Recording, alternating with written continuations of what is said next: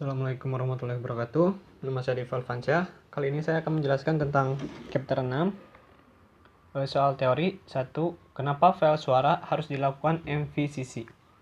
Jadi, machine learning hanya mengerti bilangan vektor saja. MVCC ini adalah metode untuk memproses sinyal suara. MVCC ini mengkonversi data suara menjadi gambar spektrum gelombang. Lalu didapatkanlah nilai-nilai dari suara tersebut. Nilai-nilai MVCC ini akan dimasukkan langsung ke jaringan saraf tiruan agar dapat diubah menjadi bentuk vektor.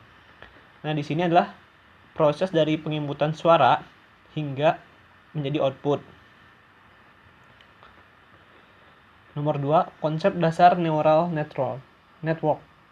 Neural network atau NN ini terinspirasi dari jaringan saraf otak manusia, di mana setiap neuron itu terhubung ke setiap neuron di lapisan berikutnya.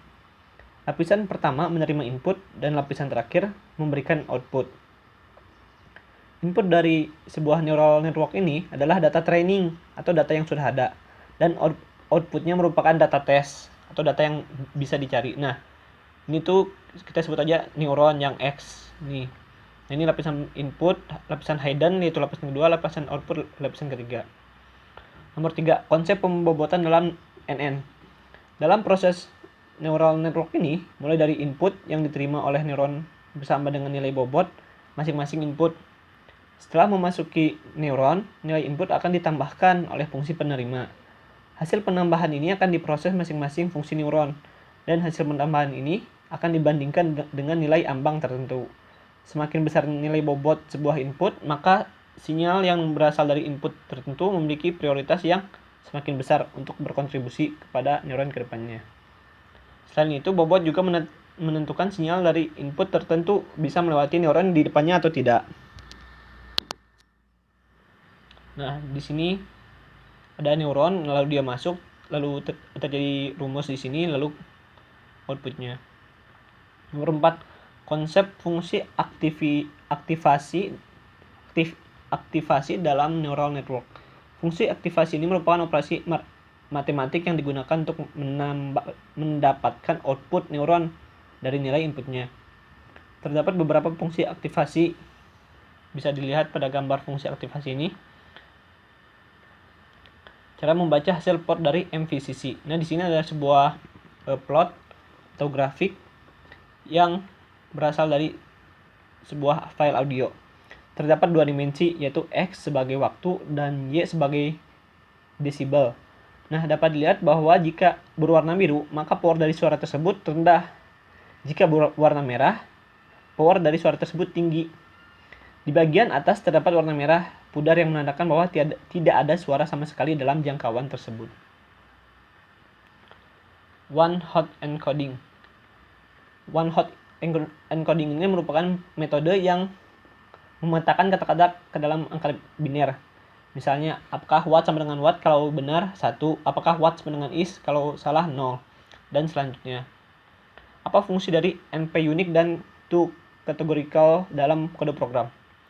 Nah, di sini saya mempunyai array. np.unique ini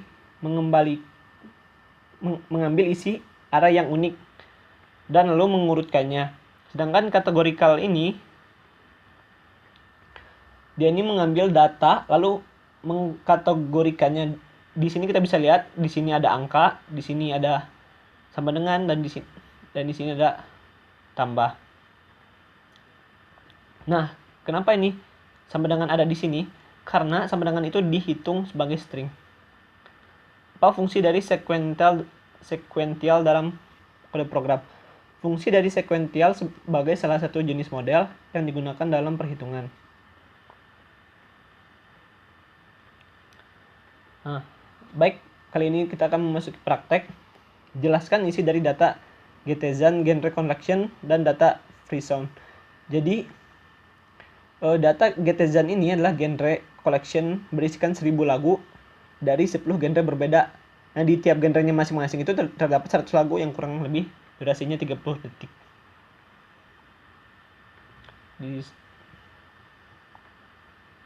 Di sini saya menggunakan Kaggle, atau bisa dibilang spidernya online lah, untuk menjalankan untuk menjalankan program.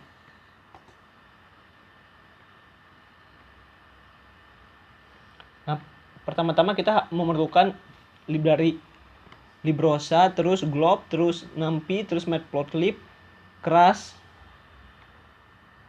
Nah, di sini ada kita membuat function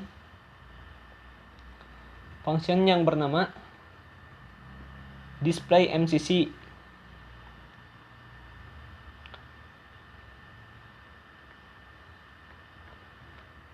Nah, yang akan memunculkan seperti gambar di bawah yang berikut ini. Nomor 2, jelaskan perbaris kode program dengan kata dilengkapi ilustrasi gambar sendiri dari display MCC.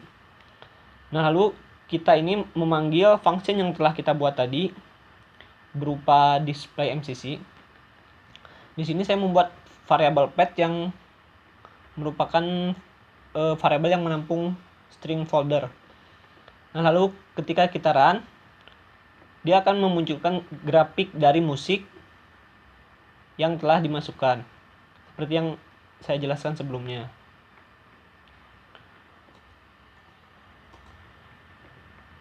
Nomor 3, jelaskan perbaris kode program dengan kata-kata dilengkapi ilustrasi gambar fungsi dari ekstrak fitur song. Jelaskan juga kenapa diambil 2005 baris pertama. Nah, alasan diambil 25.000 baris pertama itu karena setiap lagu memiliki panjang nilai MVC yang berbeda-beda dan yang dimasukkan ke dalam neuron harus memiliki ukuran yang sama. Satu, kita definisikan dulu fungsinya. Terus pada baris kedua ini akan meload data inputan dengan menggunakan Librosa. Lalu selanjutnya untuk membuat sebuah fitur MVCC dari Y atau parameter inputan. Lalu akan mereturn menjadi array dan mengambil 25.000 data.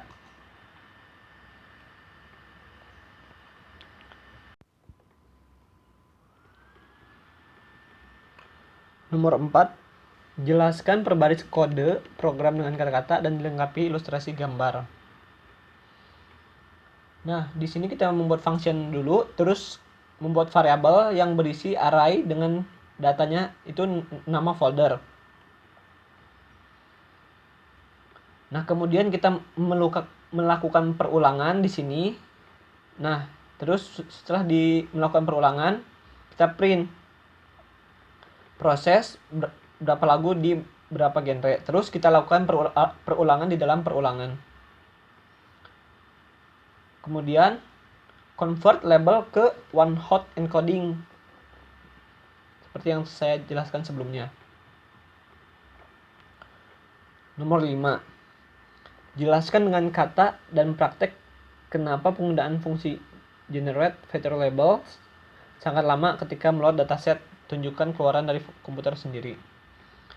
Nah, kenapa sangat lama? Karena mesin melakukan vektorisasi terhadap semua file yang berada pada foldernya. Ini hasil dari nomor 5, keluaran dari nomor 5. Nomor 6, jelaskan kenapa harus dilakukan pemisahan data training dan dataset sebesar 80%.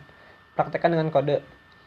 Nah, kenapa harus 80%? Karena pemisahan data training dan dataset itu 80% agar model yang dihasilkan lebih akurat dan meminimalisir kesalahan dalam pembelajaran mesin. Tentunya data training itu harus lebih besar daripada dataset. Nomor 7, praktekkan dan jelaskan masing-masing parameter dari fungsi sequential.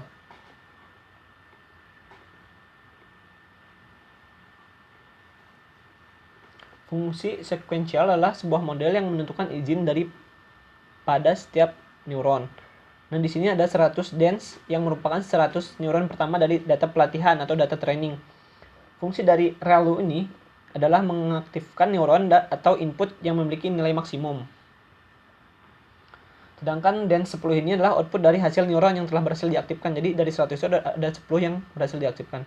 Untuk dance 10 diaktifkan menggunakan softmax.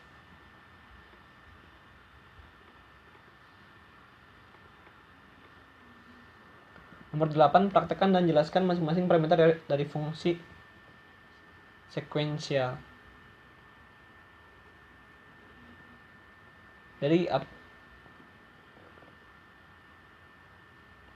Nomor 8 ini adalah menjelaskan tentang function dari model summary.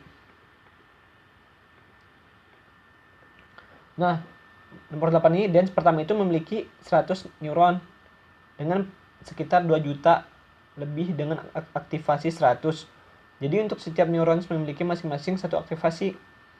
Sama halnya dengan dance 2 memiliki jumlah neuron sebanyak 10 dengan parameter 1010. Jumlah aktivasi 10 untuk setiap neuron tersebut, total parameternya sekitar 2,5 juta data yang dilatih pada mesin tersebut. Nah, bisa dilihat dari sini, total artinya 2.500.000.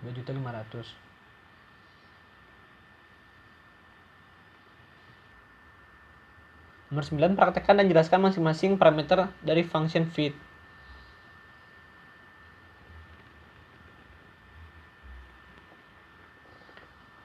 Nomor 9 ini adalah melatih mesin data training input dan training label.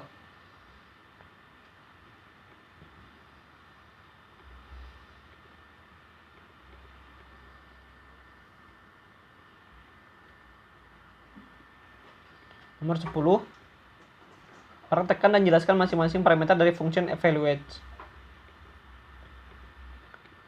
Nah, nomor 10 ini function evaluasi adalah menguji data pengujian dari setiap file. Di sini ada prediksi yang hilang, artinya mesin memprediksi data. Sedangkan untuk keseluruhan perjanjian sekitar 55%. Nomor 11 kan jelaskan function prediksi. Function prediksi inilah menghasilkan suatu nilai yang sudah diprediksi dari data training sebelumnya.